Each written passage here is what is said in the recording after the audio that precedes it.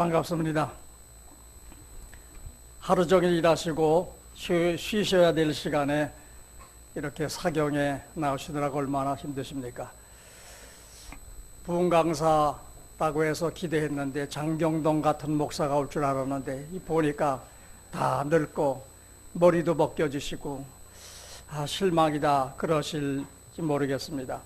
참 농담 같지만 우리 김포에 우리 시찰에 이렇게 머리가 벗겨진 분이 3분 있었어요. 근데 한 분은 다른 교회로 가시고 한 분은 가발을 쓰시고 저 하나 남았습니다. 그래서 가는 곳마다 제가 이렇게 자리를 빛내주고 있습니다. 제가 여기 와서 보니까 꼭 초대교회에 갔다. 제가 평신도라면 여기저기 다닐 거 없이 그냥 이 교회 등록해서 다니면 참 좋겠다. 그런 참 느낌이 듭니다. 목사님도 솔직히 제가 아부할 것도 없지만 목사님 실력도 있으시고 참 인격도 훌륭하시고 참 젊지만 제가 존경하는 목사님인데 이렇게 또 불러주셔서 같이 며칠 동안 말씀을 나누도록 하겠습니다. 무슨 사경회 하면서 매 재미있게 웃고 신나게 그런 부흥의 사경회가 아니라 말씀을 좀 생각하는 시간. 그래서 제목이 누구를 믿고 어떻게 살까 주제. 그래서 누구를 믿을까? 우리는 기독교인이 믿는 게 뭔가? 가장 핵심적인 그 내용을 오늘하고 내일 이틀이 하고 그 다음에는 3일 동안은 기독교인은 어떻게 살아갈까? 생활. 이 두 주제로 말씀을 드리려고 합니다. 제가 왜 이런 주제를 정했나 하면 기독교인임에도 불구하고 우리 사람은 기초 체력이 튼튼해야 하고 운동선수도 학생도 기초 지식이 튼튼해야 되는데 기초가 튼튼하지 못한 게 많다. 그래서 이단에 빠지고 여러 가지 흔들리는 것이 많아서 우리 훌륭한 목사님 통해서 다 많이 알고 다 배웠지만 다시 한번 생각한다 하는 의미로 한번 기독교가 뭔지 가장 본질적인 걸 한번 같이 좀 나눴으면 좋겠습니다.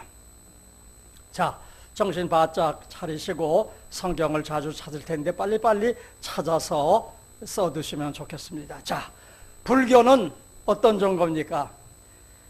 깨달음으로 해탈한다는 니르바나에 이른다는 종교입니다. 그러면 기독교는 믿음으로 구원받는다는 종교입니다. 그렇죠? 그렇게 믿죠? 그럼 믿음이라는 건 뭘까요? 아는 대로 한번 믿음이 뭘까요? 막상 질문하니까 여러분 믿기는 하지만 믿는 신자이지만 도대체 믿음이 뭔지 정의를 내리기 어렵죠? 믿음이라는 것은 첫째, 누구를 믿을 것인가? 믿음의 대상이 누군가? 이게 확실해야 믿음입니다. 누구를 믿을 것인가? 두 번째는 믿을 내용은 뭔가? 우리가 믿는 내용이 뭐냐는 거예요. 세 번째는 우리가 예수 믿는 목적이 뭐냐는 거예요. 그다음 네 번째는 믿는 사람들의 생활 태도는 어떤 것인가? 불교인이 생활하는 태도 다르고 천주교인들이 생활하는 태도가 달라. 우리 기독교인이 생활하는 태도가 뭔가? 이 네 가지가 갖추어졌을 때 이걸 믿음이라고 하고 믿는 사람이라고 말할 수 있는 것입니다. 자, 첫째는 믿음의 대상은 누군가? 여러분, 세상에는 믿음의 대상이라고 자처하는 신들, 또 여러 믿음의 대상들이 있습니다. 천사를 믿기도 합니다. 귀신 믿기도 해요. 저 북한에는 김일성, 김정일 시체를 놓고 그것도 동상 세워놓고 그거 믿습니다. 자연을 믿기도 합니다. 해, 달, 뱀도 믿기도 합니다. 죽은 조상 신으로 알고 복달라고 제사드립니다. 또 중요한 믿을 게 하나 있습니다. 내 주먹 믿어라. 예수 믿으라면 그런 거 다 필요 없고 나는 내 주먹 믿는다. 자기를 믿는다는 겁니다. 그러면 여러분들이 믿는 믿음의 대상은 뭐냐는 겁니다. 조금 전에 말씀드린 이런 몇 가지 중에 하나를 믿는 사람을 가리켜 믿음의 사람이라고 말할 수 없잖아요. 예수 믿으면서도 점치러 다니는 사람도 많습니다. 이게 정말 믿는 신자인가 하는 겁니다. 로마서 1장 19절에는 하나님을 알만한 증거를 이 만물의 자연에 만들어 놓았다. 그래서 자연을 통해서 하나님의 존재와 신성이 있어서 알 수 있게 하셨다고 했습니다. 그리고 하나님을 알 수 있는 가장 확실한 방법은 성경을 통해서 알 수 있다. 그래서 자연은 자연 계시라고 하고 성경을 특별 계시라고 말합니다. 하나님 알 수 있는 두 가지 방법이 있습니다. 그런데 사람들이 믿는 여러 가지 신들을 나누면 크게 두 가지입니다. 하나는 하나님이 만든 피조물을 믿느냐 아니면 창조주를 믿느냐, 이 둘 중에 하나예요. 여러분들은 하나님을 믿죠? 창조주를 믿는 거예요. 그런데 해와 달을 믿거나 귀신을 믿거나 뭐 인간을 믿거나 이거는 이 모든 것은 하나님 만든 피조물 중에 하나를 믿는 거예요. 사실 간단한 건데 내가 정말 믿음의 대상이 누굴까? 나는 창조주를 믿는, 창조주가 우리의 신이지 하나님 만든 피조물을 우리는 신으로 삼을 수 없습니다. 그 피조물이나 우리나 똑같은 피조물인데 무슨 믿음의 대상이 될 수가 있겠습니까? 예수님이 이제 복음 전하고 뭐 귀신도 쫓아내고 여러 가지 많이 했습니다. 그리고 이제는 사람들이 나를 어떻게 생각할까 하고 물었습니다. 사람들이 나를 누구라고 하더냐? 그랬더니 여러 사람들이 뭐 여러 답변을 했습니다. 그런데 베드로 보고 베드로가 주는 그리스도시요 살아계신 하나님의 아들입니다 하고 답변했습니다. 그랬더니 예수님이 베드로, 예수님을 믿음의 대상으로 믿는 베드로를 네가 복이 있다, 복 있는 사람이다 하고 칭찬을 했습니다. 이 말씀은 예수 믿는 신자는 복 있는 사람이라는 말입니다. 아멘. 여러분들이 예수 믿는 사람은 복 있는 사람입니다. 아멘. 무슨 돈이 많지 않고 여러 가지 뭐 환경이 어려워도 예수 믿는다는 그 자체가 여러분 복 있는 사람이라는 겁니다. 아멘. 그리고 믿음 위에 반석, 즉 베드로 위에 그 반석 위에, 즉 이건 믿음 위에 교회를 세우겠다고 말씀했습니다. 교회는 예수님을 믿음의 대상으로 믿는 사람들의 모임이 교회입니다. 여러분들이 앉아있는 이 장소는 교회당이고 교회란 것은 예수 그리스도를 믿는 사람들이 교회입니다. 그 모임이 바로 교회인 것입니다. 이게 바로 믿음의 대상은 누군가? 여러분들은 믿음의 대상으로 누구를 믿고 있습니까? 하나님을 믿죠? 아멘. 예수 그리스도를 믿으시죠? 아멘. 그렇다면 1단계로 여러분들은 믿음 있는 사람일 가능성이 있습니다. 두 번째, 기독교가 믿는 믿음의 내용이 뭐냐는 거예요. 나 그냥 믿어. 그럼 뭘 믿어? 그냥 그런 거 묻지 말고 난 믿어. 아니, 내용 없이 뭘 믿겠습니까? 여러분들이 기독교인들이 믿는 믿음의 내용이 뭘까요? 성경입니다. 디모데후서 3장 14절에 너는 배우고 확신한 일에 거하라. 제자 디모데에게 말했는데 성경이 믿을 내용이라는 겁니다. 그런데 종교에 따라서 기독교와 비슷한 종교에 따라서 몰몬교는 성경 외에 몰몬경, 뭐 천사, 그러니까 계시를 줬다 하는 몰몬경도 믿고 무슨 천주교는 다른 외경도 믿는데 우리 개신교는 성경만을, 이 66권 성경만을 우리의 믿음의 내용으로 믿는 것입니다. 여러분 그렇게 믿습니까? 아멘. 그런데 이 디모데후서 3장 이걸 한번 펴놓고 한번 보십시오. 여기 아주 참 중요한 말씀들이 있습니다. 성경은 16절에 디모데후서 3장 16절 모든 성경은 하나님의 감동으로 된 것으로 교훈과 책망과 바르게 함과 의로 교육하기에 유익하다. 즉 성경은 하나님의 말씀이라는 겁니다. 여러분 그렇게 믿습니까? 성경은 1600년 동안 40여 명의 저자가 성령의 감동으로 기록한 책입니다. 그래서 성경은 오류가 없는 하나님의 말씀, 우리가 믿을 내용이 바로 이 성경책인 것입니다. 자, 디모데후서 3장 펴놓고 계신 분 15절 한번 있으면 한번 읽어보세요. 15절. 성경을 알았나니 성경은 능히 너로 하여금 그리스도 예수 안에 있는 믿음으로 말미암아 구원에 이르는 지혜가 있게 합니다. 성경이 이렇게 방대하죠. 근데 성경의 핵심 내용은 뭐냐? 성경의 핵심 내용은 예수 믿으면 구원 얻는다는 지혜를 알게 하는 것이라고 했어요. 성경의 핵심 내용이 예수 믿으면 구원받는다는 지혜를 알게 해준다는 말이 이게 성경의 핵심 내용입니다. 그리고 성경은 두 종류의 사람을 만듭니다. 성경은 사람 만드는 책이에요. 두 종류 사람 만드는데 17절 하나님의 사람으로 온전하게 만든다. 즉 성경으로 신자를 만듭니다. 성경의 신자를 만듭니다. 그리고 또 하나는 모든 선한 일을 행할 능력을 갖추게 한다.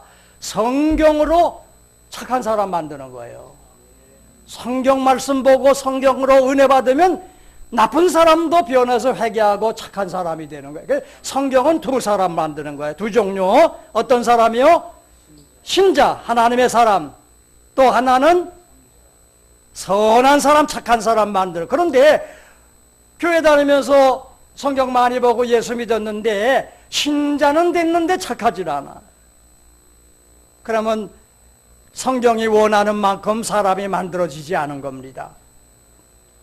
반쪽밖에는 안 된 거예요. 그래서 우리는 성경을 통해서 신자가 돼야 되고 남들이 볼 때 저 사람은 착하다, 선한 일을 하는, 조금 이따 다시 나오겠지만 이런 사람을 만드는 것이 바로 성경 말씀인 것입니다. 이제 세 번째로 여러분 예수 믿죠? 아멘.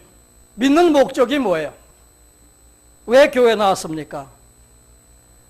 아유, 평안을 좀 얻으려고. 맞아요? 틀려요? 틀린 거 아니에요. 교회 오면 편안하죠. 아유, 저 예수 전도할 때 예수 믿고 복 받으세요. 복 받으려고, 축복 받으려고. 맞아요? 틀려요? 괜히 질문하니까 이것도 대답했다간 또 올무에 걸릴까봐. 그런데 왜 예수 믿고 복 받으라고 전도해요? 예수 믿으면 축복 받아요? 못 받아요? 그것도 틀린 게 아니에요. 예수 믿으 아픈 사람들이 가면 병 고쳐달라 그러죠. 목사님 와서 기도해 주세요. 자, 믿으면 병 고쳐줘요? 안 고쳐줘요? 그럼 병 고치려고 예수 믿는 것도 틀린 건 아니죠. 그런데 예수 믿는 가장 궁극적인 목적은 뭘까요? 예수 믿어서 뭐 돈 좀 벌고 뭐 병도 좀 낫고 뭐 좀 편안하게 살다가 가려고 믿는 거예요? 예수 믿는 궁극적인 목표, 이게 뭘까요? 목표 없이 믿으시나 보다. 구원받기 위해서 아닙니까? 베드로전서 1장 8절 너희가 예수를 보지도 못하고 믿는데 믿음의 결국은 영혼 구원을 받음이라. 믿음의 결국은, 믿음의 궁극적인 목적은 영혼 구원을 받기 위해서 믿는다는 겁니다. 그래서 믿으라고 성경이 말하고 있는 것입니다. 우리의 인류의 대표였던 아담이 선악과를 따먹음으로 하나님에게 불순종뿐만 아니라 하나님을 불신앙하는 죄를 지어서 인류의 대표이기 때문에, 자, 우리나라 축구가 다른 나라하고 해서 졌어요. 그러면 대표 선수가 진 거지 우리가 진 거 아니죠? 그래요, 아니에요? 우리나라 대표가 졌으면 우리나라가 진 거 아닙니까? 그렇죠? 그러니까 아담은 인류의 대표예요. 대표가 하나님과 더불어 선악과 따먹지 않고 말씀에 순종하면 영생한다. 죽지 않는다. 따먹으면 정령 죽는다. 그런데 대표가 죄를 지었어요. 죽게 됐어요. 그러니까 그 대표 속에 포함된 우리도 대표 원리에 의해서 우리도 다 죄인되고 하나님의 진노와 심판이 불가피한 존재가 된 겁니다. 이걸 원죄라 그러는 거, 오리지널 신 원죄라 그러는 거예요. 그래서 우리는 살아가면서 내 스스로 지은 죄가 없다고 스스로 말할지라도 원죄가 있기 때문에 우리는 죄인이고 하나님의 진노와 심판을 피할 길 없어요. 하나님의 진노와 심판 최종적인 것은 이제 지옥에 가는 것입니다. 자, 그래서 인류는 아담의 죄 때문에 그 이후로 구원이 필요한 존재가 되었습니다. 여러분들은 구원이 필요한 존재인 겁니다. 자, 야구 좋아하시죠? 야구 하다가 자기 팀이 질 때 누굴 내세웁니까? 구원투수. 구원투수에서 딱 나와서 홈런 한 방에서 그냥 몇 점 나왔다. 그러면 그 팀을 승리로 이끌지 않습니까? 그렇죠.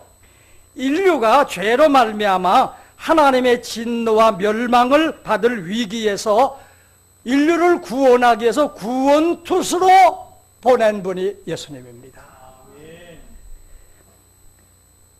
요셉, 예수님의 인간적인 아버지 요셉은 약혼자, 아주 결혼도 안 했는데 약혼자가 임신한 거예요.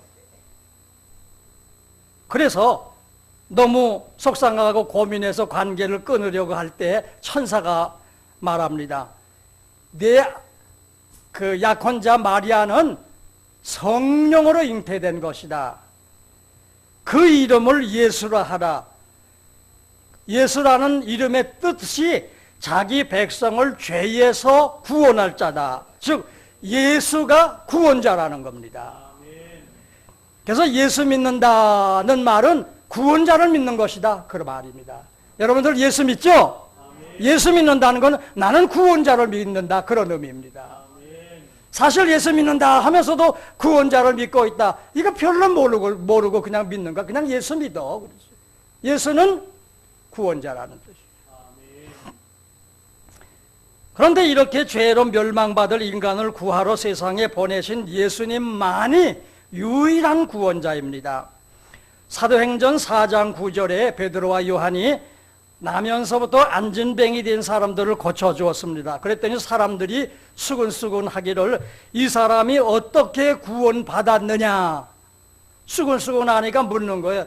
이 사람이 어떻게 구원받았느냐 질문한다면 너희가 십자가에 못 박고 하나님이 죽은 자 중에서 살린 예수가 이 사람을 구원했다고 답변을 하겠다. 이거 말하는 거예요. 그러면서 한 말이 다른 이로서는 구원받을 수 없나니 천하 사람 중에 구원받을 만한 다른 이름을 우리에게 주신 일이 없다고 말합니다. 예수님 외에는 구원해 줄 존재가 없다는 겁니다. 그런데 이 세상에는 이만희도 자기가 구원자라 그러고 교황도 마치 신처럼 죄를 신부들에게 교회가 고해성사해서 사해주고 그러는 것처럼 이렇게 합니다만 또 어떤 목사님이 아주 능력이 많아서 기도하면 큰 역사가 나타나도 그 사람은 능력은 있을지 몰라도 구원자는 아닙니다. 여러분들을 구원해 줄 분은 누구예요? 예수님 한 분밖에는 없는 겁니다. 이 한 가지만 알아도 이단에 안 빠지는데 이 한 구절만 알아도 이단에 안 빠지잖아요. 자, 구원받을 만한 다른 이름을 주신 일이 없다. 그럼 누가 구원자예요? 예수님만이 구원자라는 거예요. 그러니까 신천지에서 살살 복음방에서 유혹해서 이만희가 구원자. 이 말씀 한마디만 하면 거기에 빠지질 않는데 이 쉬운 말도 잘 몰라서 이단에 빠지는 거 보면 그 신천지만 해도 몇십만 원이 되는데 참 너무 어리석다. 기초가 튼튼하지 못해서 그런 거예요. 이게 신앙의 기초가 간단한 기초조차도 튼튼하지 못해서 그렇게 빠져 들어가는 거예요. 자, 구원받을 만한 다른 이름을 주신 일이 있다. 없다. 기억하시기 바랍니다. 자, 믿음의 대상 구원자가 예수님이신데 그러면 어떻게 해야 우리는 구원을 받을까요? 사도행전 16장 17절에 귀신 들려서 신령에서 신통에서 점치는 여자가 있었어요. 그 여자가 바울 사도를 따라다니면서 이 사람은 지극히 높은 하나님의 종으로 구원의 길을 너희에게 전하는 자라. 바울 보고 이 사람은 하나님의 종이고 구원의 길을 전하는 사람이라 했습니다. 여러분, 강 목사님은 뭐 하는 사람인 줄 아십니까? 구원의 길을 전하는 사람이에요. 그러기 위해서 하나님이 세운 거예요. 그게 가장 중요한 그 하나님이 세운 목적이에요. 그런데 그것이 아니라 무슨 다른 인간적인 사랑을 원하고 뭐 다른 걸 자꾸 원하면 이게 문제가 되는 겁니다. 참 목회하다 보면 어려운 일 많아요. 저도 목회하면서 아주 뭐 별거 아닌 것 계시요. 교인들이 막 주일날 쏟아져 나지 않습니까? 몇백 명 한꺼번에 쏟아져서 로비에서 인사하는데 이 사람 인사하다 보면 이 사람이 그냥 잘 못 본 거예요. 그러면 꼭 목사가 말이야 인사해도 안 받더라. 이런 일을 얼마나 당했는지 몰라. 왜 목사가 사랑하는 자기 교인들 그렇게 차별하고 하겠습니까? 예? 너무 많은 걸 기대하지 말고 목사님은 뭐 하는 사람이에요? 구원의 길을 전하는 분이다. 그래서 하나님 말씀으로 구원의 길을 전하는 사명, 그걸 하나님이 세운 그런 분이라는 그런 생각을 가지고 대하시면 좋겠습니다. 그런데 바울 사도가 이렇게 귀신의 힘으로 점치는 여자를 귀신을 쫓아내니까 이제는 신령해지지 않아서 신이 나가니까 점을 칠 수가 없게 됐어요. 그러니까 그 점쟁이 여종을 고용한 고용주가 화가 나서 돈벌이가 끊어지니까 바울 사도를 고소했어요. 그래서 바울 사도가 감옥에 들어갔습니다. 바울과 신라가 감옥에 들어가서도 하나님 앞에 찬송했더니 지진이 나서 감옥문이 딱 열린 거예요. 감옥문 열렸으면 뭐 하라는 거예요? 도망가라는 거 아닙니까? 근데 바울 사도가 도망갔을까요? 내가 뭐 그때 있었어야 알지 내가 어떻게 알아. 도망가질 않았어요. 그런데 이 간수가 그 당시는 죄수가 도망가면 그 간수가 책임을 져야 돼요. 그러니까 도망간 줄 알고 자결하려고 했어요. 그랬더니 바울 사도가 만류하면서 나 안 도망갔어 여기서. 그러니까 그 바울 사도 신라의 인격에 감격해서 이렇게 묻습니다. 내가 어떻게 해야 구원받을 수 있느냐 하고 질문합니다. 그럴 때 바울 사도는 사도행전 16장 30절에 주 예수를 믿으라. 그리하면 너와 네 집이 구원을 받으리라 하고 했습니다. 자, 해답이 나왔죠? 구원받는 방법이 뭐예요? 예수 믿는 게 구원받는 방법이라는 거예요. 무슨 성경대로 우리가 다 실천하면서 해야만 구원시킨다. 그러면 천당 갈 사람 하나도 없어요. 예수 믿으면 구원받는다. 참 구원받는 방법이 너무나 간단하죠. 그렇죠? 믿으면 구원받는다는 겁니다. 기독교 신자 여러분들은 어떤 존재일까요? 히브리 10장 39절에 우리는 뒤로 물러나 멸망할 자가 아니요 오직 영혼을 구원함에 이르는 믿음을 가진 자니라. 우리는 영혼을 구원할 믿음을 가진 사람이 신자라고 말하는 거예요. 어떤 믿음이요? 영혼 구원할 믿음을 가진 사람이, 이게 바로 신자라고 히브리서에서는 말씀하고 있습니다.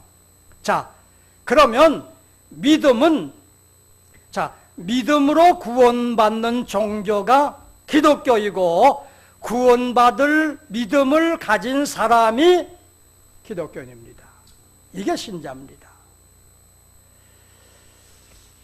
예수님이 복음을 전하면서 많은 사람들을 만났는데 그 중에 백부장, 로마의 백부장을 보면서 큰 믿음을 가졌다고 칭찬을 했어요. 그리고 가나안 여인, 유태인들이 무시하는 가나안 여인에게 유태인 중에서도 이만큼 믿음 있는 사람 만나보지 못했다 그랬어요. 그리고 제자들 보고는 믿음이 작은 자야, 뭐 무리로 걸어가는데 막 두려워서 믿음이 작은 자 그랬습니다. 이 세 가지를 종합해보면 믿음은 똑같지 않다는 거예요. 믿음에는 차이가 있다는 거예요. 믿음에는 수준이 있다는 겁니다. 다 같은 믿음 상태가 아니라는 겁니다. 오늘 이제 본문에서 이제 말씀을 합니다. 이제부터 본문은 이제 사울, 나중에 바울이라고 한 뭐 히브리식이냐 로마식이냐 뭐 그런 차이인데, 사울이 유태교도였습니다. 독실한 유태교도였어요. 그래서 하나님은 알지만, 믿지만 예수님이 메시아인 줄을 몰랐습니다. 예수님이 인간의 죄를 대속하기 위해서 십자가에 죽고 그리고 부활한 예수님을 구원자로 믿는 믿음이 없어서 예루살렘 교회를 핍박을 하고 신자들을 핍박을 해서 감옥에 보냈습니다.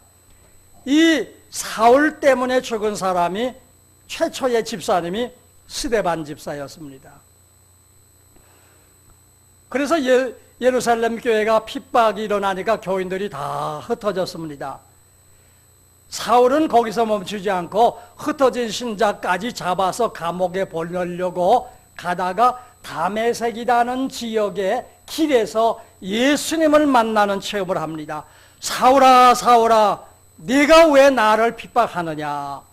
하늘에서 소리가 들려서 깜짝 놀라서, 누구십니까? 모르니까 나는 네가 핍박하는 예수다 그랬습니다. 그러면서 가시채를 뒷발질하는 것이 얼마나 힘드냐, 아프냐. 즉 예수 믿는 사람을, 기독교를 핍박하는 것은 가시나무를 뒷발질하는 것 같다는 것. 그것처럼 어리석은 일이 없다는 겁니다. 우리는 모르고 신자 핍박하고 교회 핍박하는데 그 어리석은 겁니다. 교회를 핍박한 그 지도자들이나 나라치고 안 망한 데가 없습니다. 잘 사는 데가 없습니다. 가시채 발로 차는 것과 같다는 겁니다.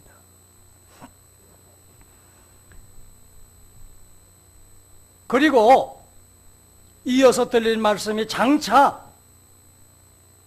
그 예수님에 대해서, 성경에 대해서 가르쳐주고 또 장차 네가 어떻게 될지, 어떻게 살아야 할지 알려줄 사람을 만날 것이다 하고 사도행전 9장 6절부터 말씀을 합니다.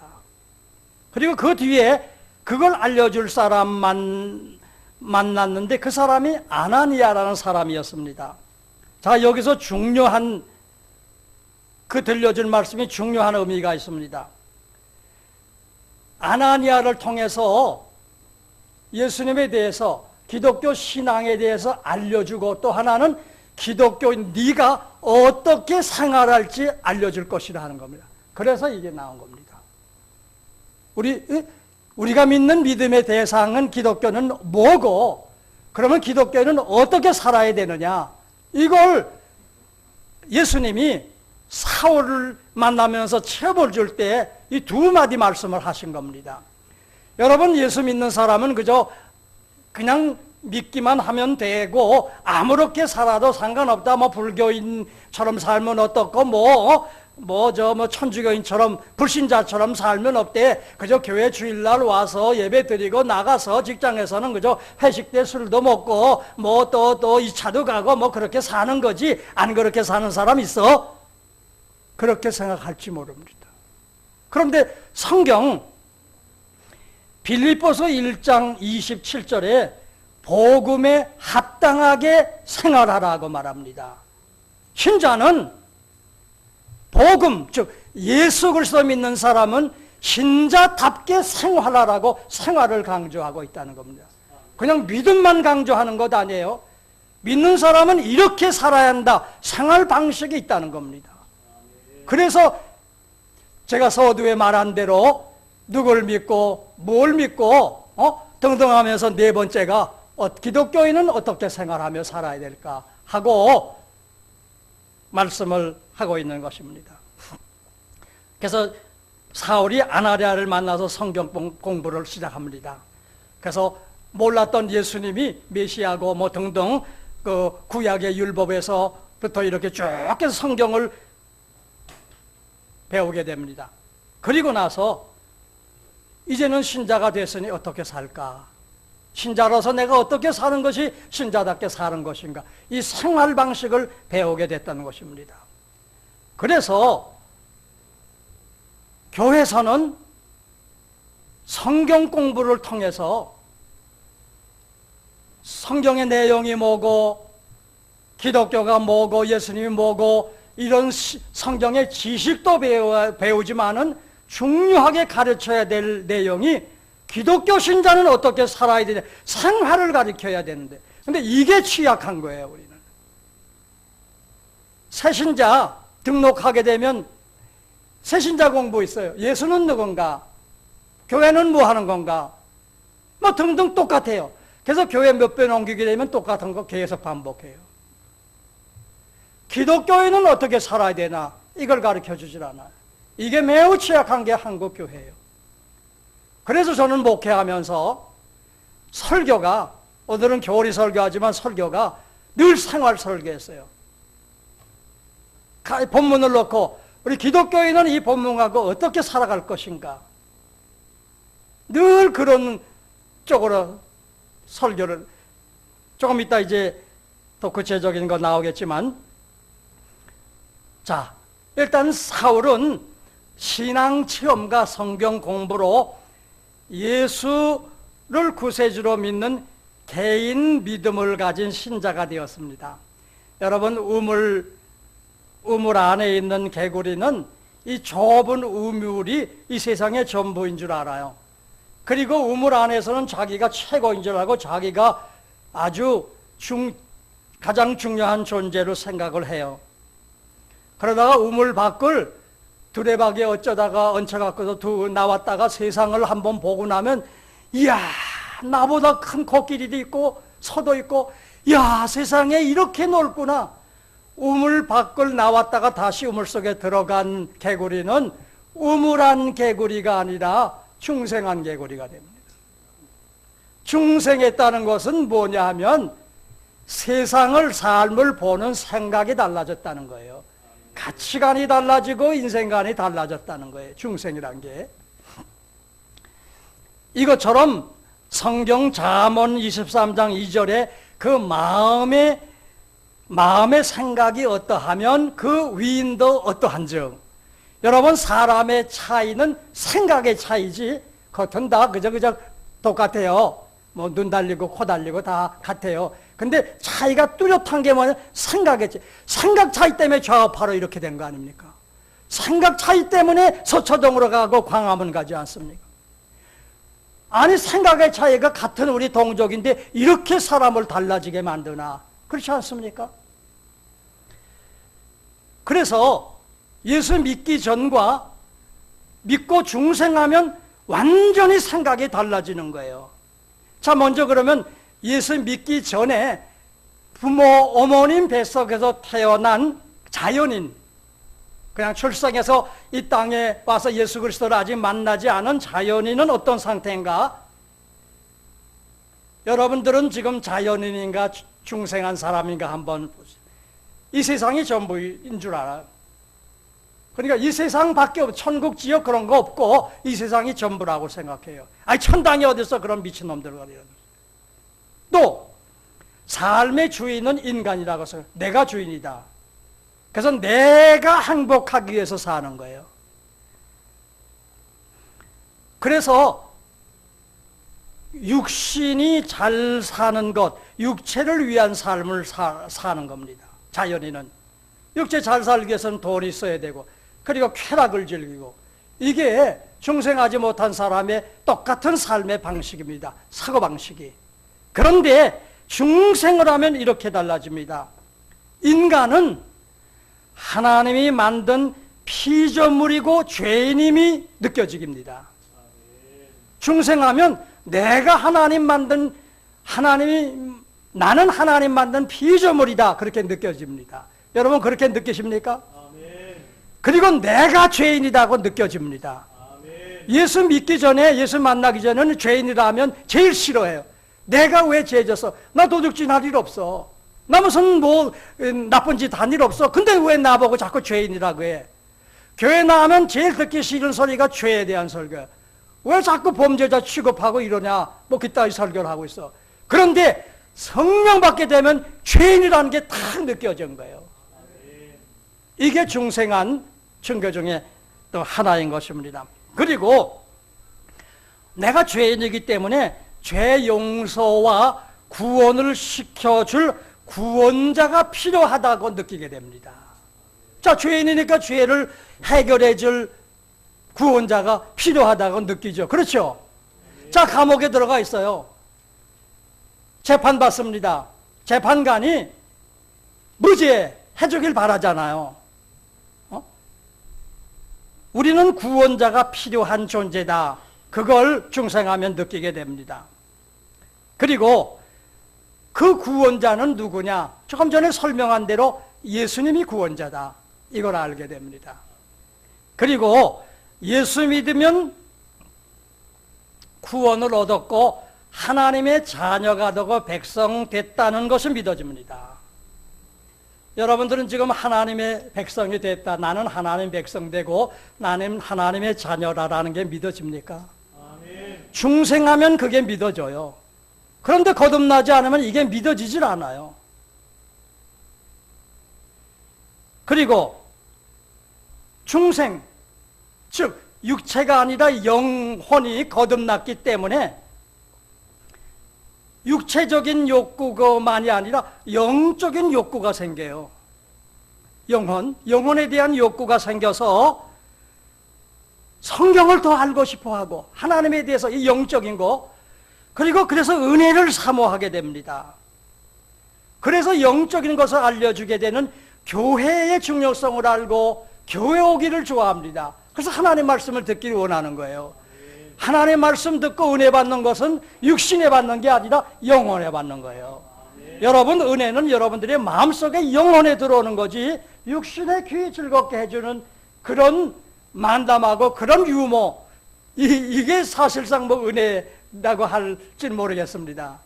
그리고 성경이 하나님의 말씀을 믿어지게 되고, 그리고 하나님 말씀 뜻대로 바로 살려는 의로운 욕구가 생겨나게 돼요. 성경을 보고 이제는 내가 바르게 살아야지. 그래, 의로운 욕구. 조금 전에 영적인 욕구 얘기했죠. 영적인 욕구라는 것은 영적인 것, 영적인 존재, 하나님, 천국, 성경, 이런 영적인 것에 대해서 알고 싶은 욕구가 일어나고, 또 하나는 의로운 욕구. 하나님이 거룩하신 것만큼 나도 좀 거룩하게 살아야 되겠다, 바르게 살아야 돼, 이런 의로움의 욕구가 일어나는 것이 중생한 증거인 겁니다. 아멘.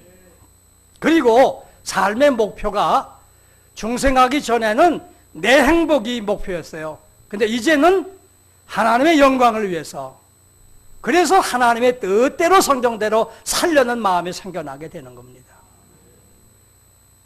여러분, 혹시 솔직히 손들라고는 안 하겠지만 솔직히 지금까지 제가 설명한 거 마음속으로 한번 자신들을 점검해 보십시오. 중생했나? 아니면 난 아직 그대로 거듭나지 못한 자연인 그대로의 사람이고 그냥 교회만 출입하는 사람인가? 한번 보십시오. 그래서 내가 자연인이다, 아직 신자가 안 됐다 느껴지는 분들은 하나님 앞에 성령으로 거듭나게 해달라고, 나도 중생하게 해달라고 기도하시기 바랍니다. 저는 제 얘기를 잘 안 하려고 이번 집회도 하는데, 저 모태신앙입니다. 모태신앙은 못한다는 신앙입니다. 그런데 청년 때까지 저도 성가대하고 교사도 하고 다 했어요. 근데 하나님이 믿어지질 않았어요. 근데 하나님이 강제로 어떤 상황을 만들어서 몰아서 산에 가서 삼각산 가서 기도하면서 그때 내가 처음 기도가 하나님이 정말 있다면 나타나 봐달라. 그럼 난 믿겠다. 그렇지 않으면 난 못 믿겠다. 저 청년 때 성가대하고 교사하고 다니면서 술, 담배 아주 골초였습니다. 얼마나 술을 먹었던지 그냥 산에 가서 술 먹고 그냥 인사불성되고 뒹굴러서 속된 말로 그 당시 대가리 터지고 피나고. 그런데 그 산에 가서 기도하면서 하나님 있으면 나타나 봐달라. 그럼 난 믿겠다. 그렇지 않으면 난 못 믿겠다. 그렇게 며칠 기도하는데 정말 하나님이 나타나더라고요. 흰옷 입고 도포 쓰고 나타나는 게 아니라 영적으로 마음속으로 그 심령 속에 그 성령이 임하는 거죠. 하나님이 있다는 게 믿어지는 거예요. 그러면서 내가 죄인이라는 게 믿어지는 거예요. 그때부터 회개가 터지는데 뭐 어려서부터 지은 죄를 그냥 낱낱이 회개하면서 저는 회개기도만 100일을 했습니다.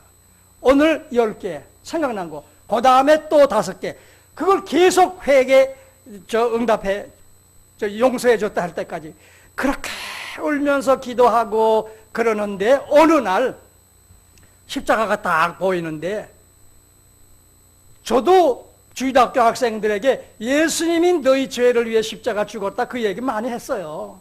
근데 뭐 나는 안 믿고 한 거죠. 그냥 그렇게 하라니까 책에 써 있으니까 그래요. 근데 그날은 십자가 딱 보이면 딱 느끼게 네 죄 때문에 내가 죽었다. 아멘. 이게 막 느껴지면서 그래서 내가 예수님을 죽였군요. 여기서 그냥 통곡이 터지기 시작하는 거예요.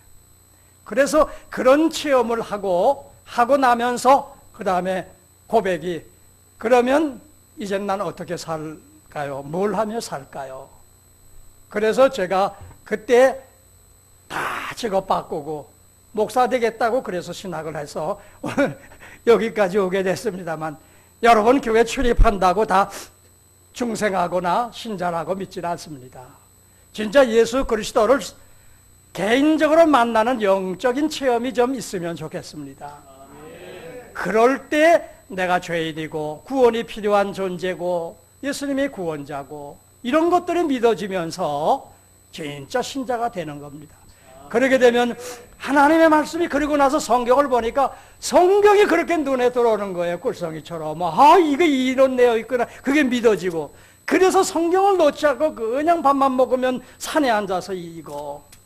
그래서 그때 제가 사로잡혀서 좀 뭐한 말이지만 1년 동안 제가 산기도 삼각산에서 산기도 하면서 성경 보고 그러다 보니 은사도 많이 받아서 무슨 성령의 9가지 은사 저 예언도 하고 뭐 방언도 하고 그래서 제가 얼마나 그 당시에 신령했는지 모릅니다.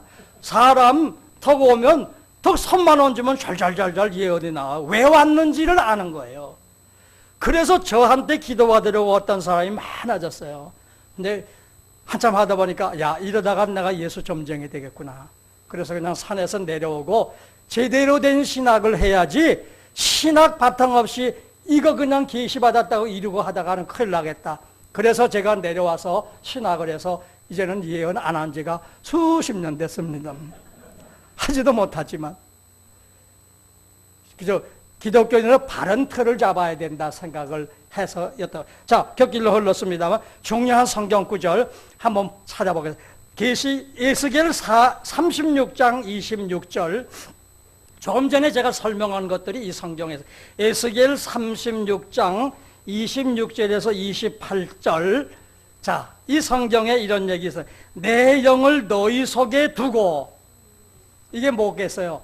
성령이 임한다는 거예요. 왜? 우리는 성령이 우리 속에 내주한다고 해요. 성령 중생하면 성령이 우리 속에 오십니다. 성령이 임재했다 그런 뜻이에요. 그리고 새 마음을 너희에게 주되 새 마음이 뭐예요? 중생 아닙니까? 새로운 마음으로 변화되는 마음.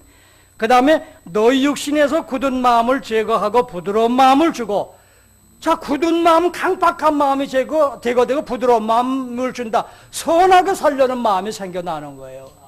그리고 너희로 내 율례를 행하게 하리니 하고 하나님의 뜻대로 살려는 욕구가 생겨나는 거예요. 중생하게 돼요.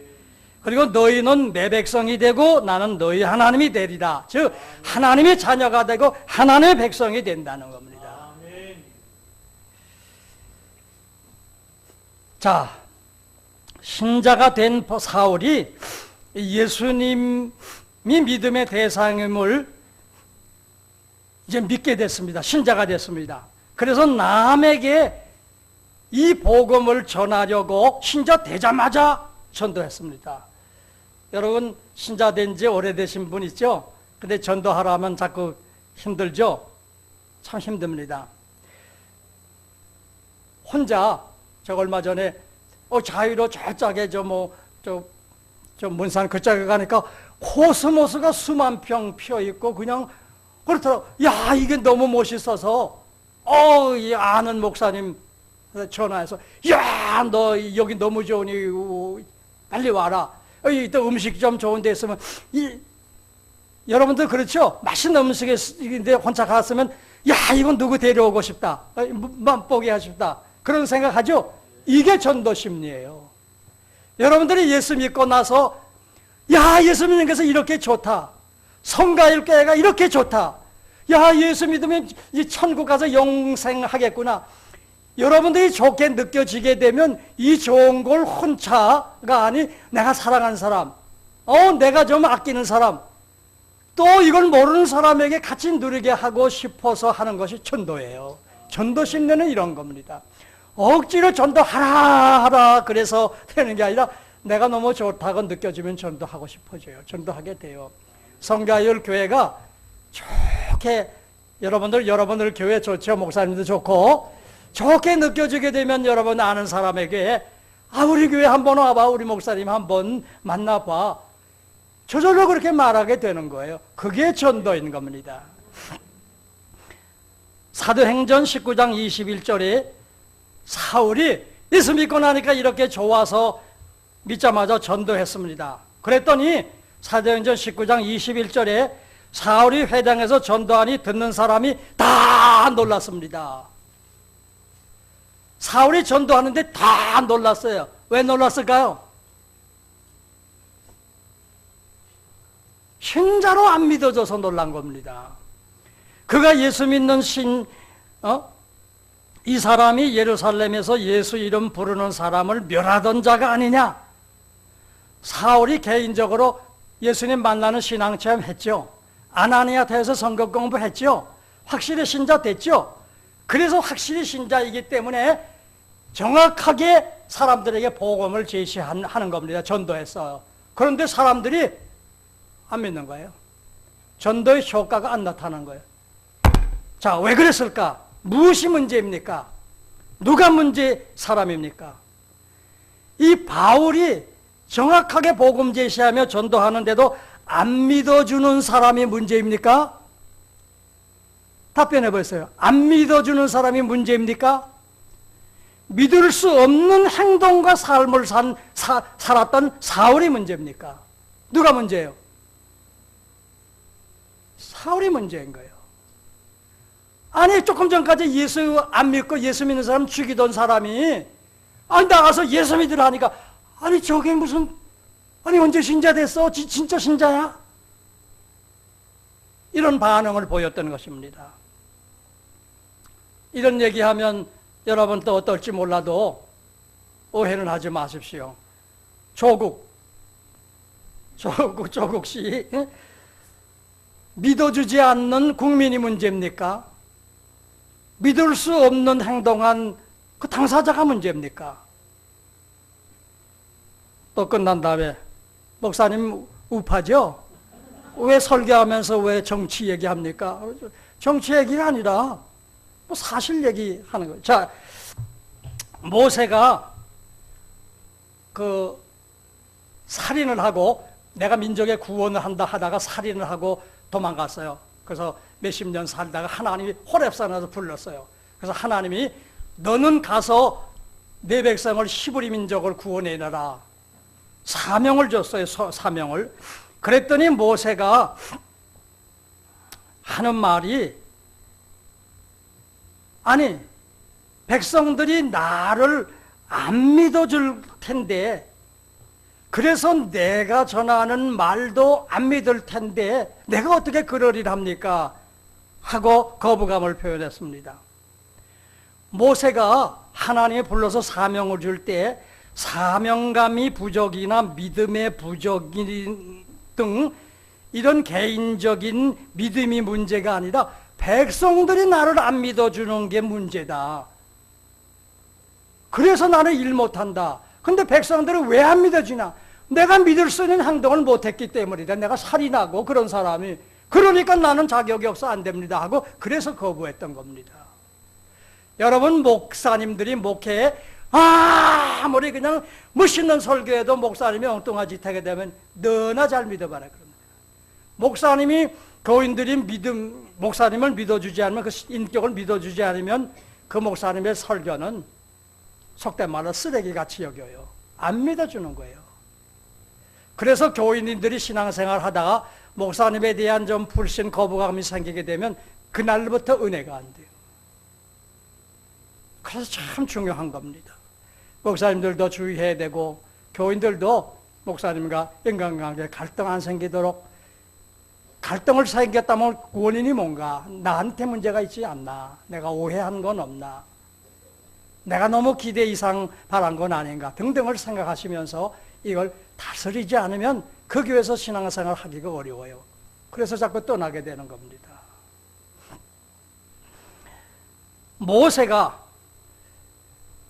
나는 내가 남에게 믿지 못할 행동을 했기 때문에 사람들이 나 안 믿어주기 때문에 나는 그런 민족의 지도자가 될 수 없다고 했습니다.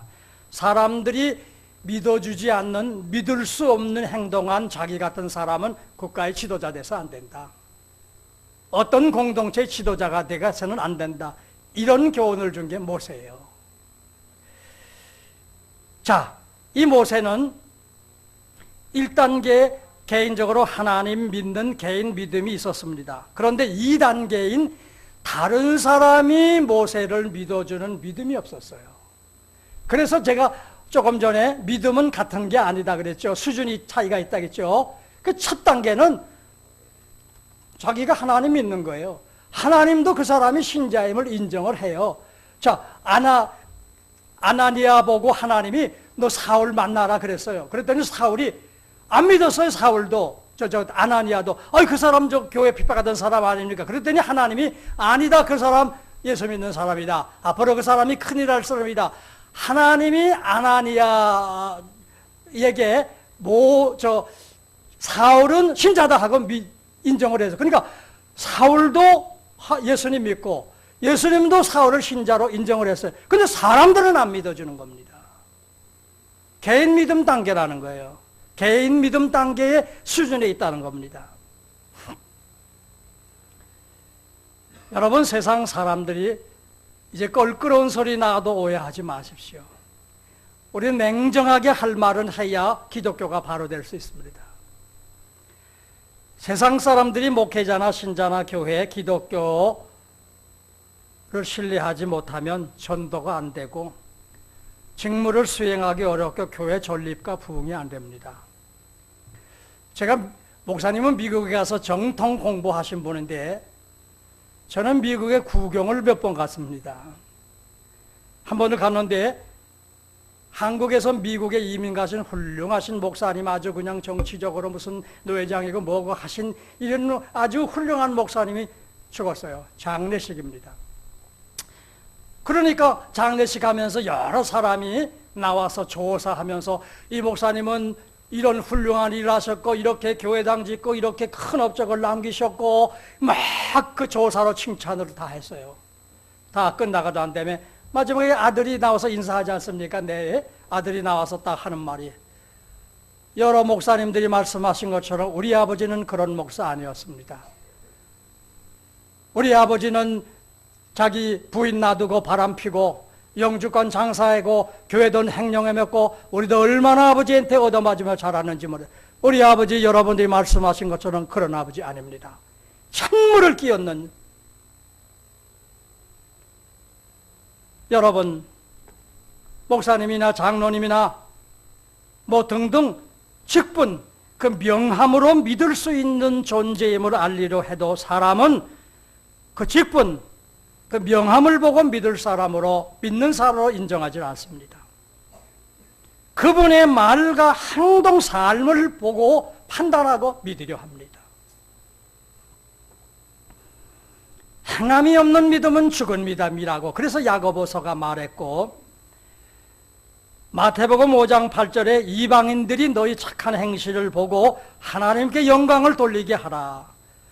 교회와 신자의 삶, 행동을 보고 그들의 종교나 그 사람이 다니는 교회나 그 사람의 믿음을 평가하려고 하는 겁니다. 그래서 로마서 14장 18절에 그리스도를 섬기는 자는 하나님을 기쁘시게 하며 사람에게도 칭찬을 받는다. 하나님만 기쁘게 하는 게 믿음 가진 사람이야. 사람에게도 칭찬을 받는 게 신자라고 말씀하고 있습니다. 교회도 사람들에게 인정을 받아야 중직자가 될 수 있는 제도가 있어요. 그래서 목사님도 청빙할 때 교인의 투표여서 공동해서 3분의 2 투표받고, 장로님들도, 안수집사 권사도 투표해서 3분의 2 표를 받아야 될 수가 있는 거예요. 스스로 나는 믿음이 있어, 개인적으로 믿음이 있지만 사람들이 인정하는 믿음이 없으면 중직이 될 수 없다는 겁니다. 그래서 기독교의 믿음이라는 것은 개인이 하나님을 믿고 축복 구원받는 개인지향적인 것도 있지만, 예수 믿은 뒤에 하나님의 형상을 회복해서, 즉 인간다움을 회복해서 사회에 선한 영향력을 주는 사회지향적인 측면도 있는 겁니다.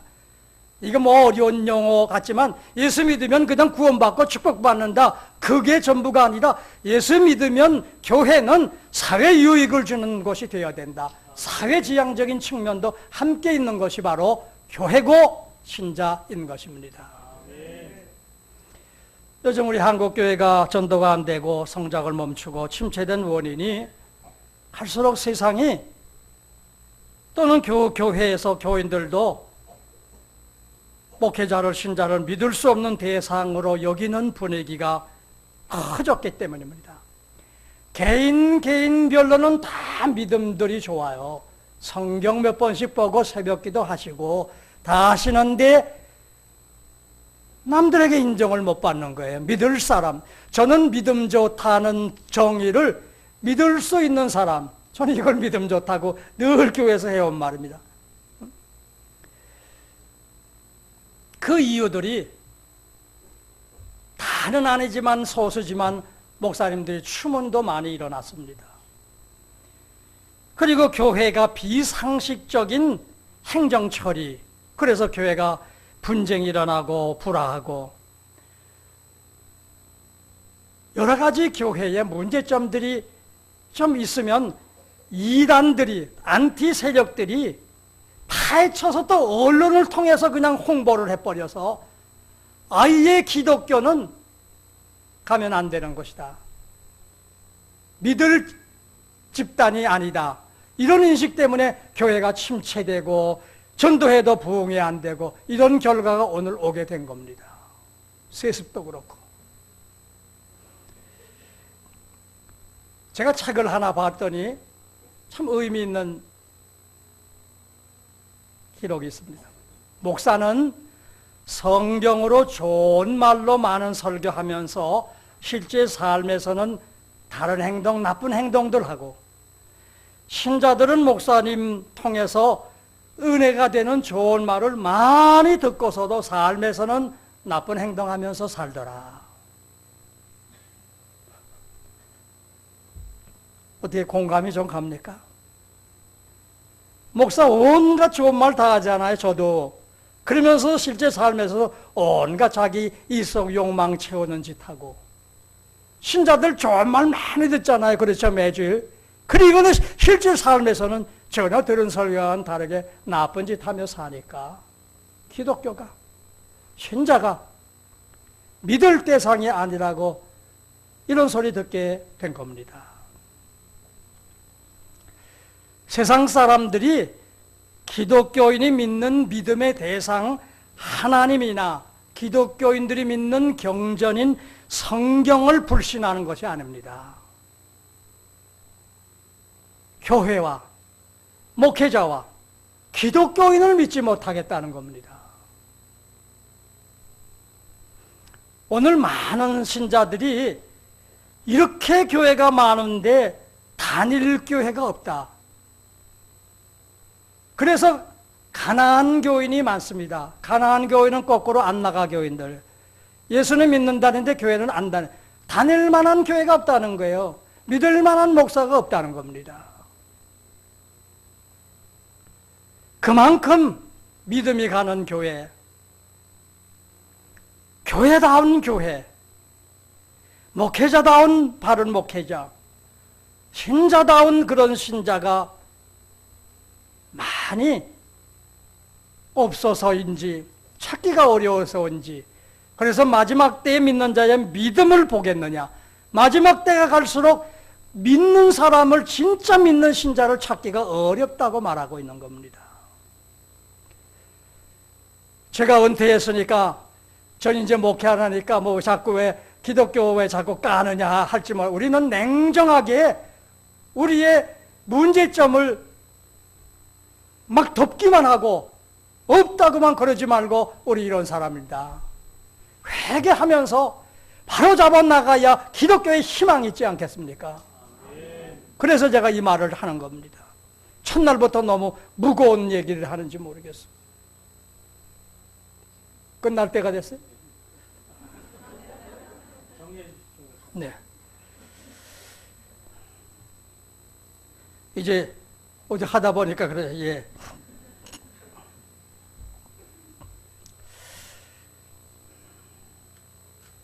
다 줄이고 정리하겠습니다.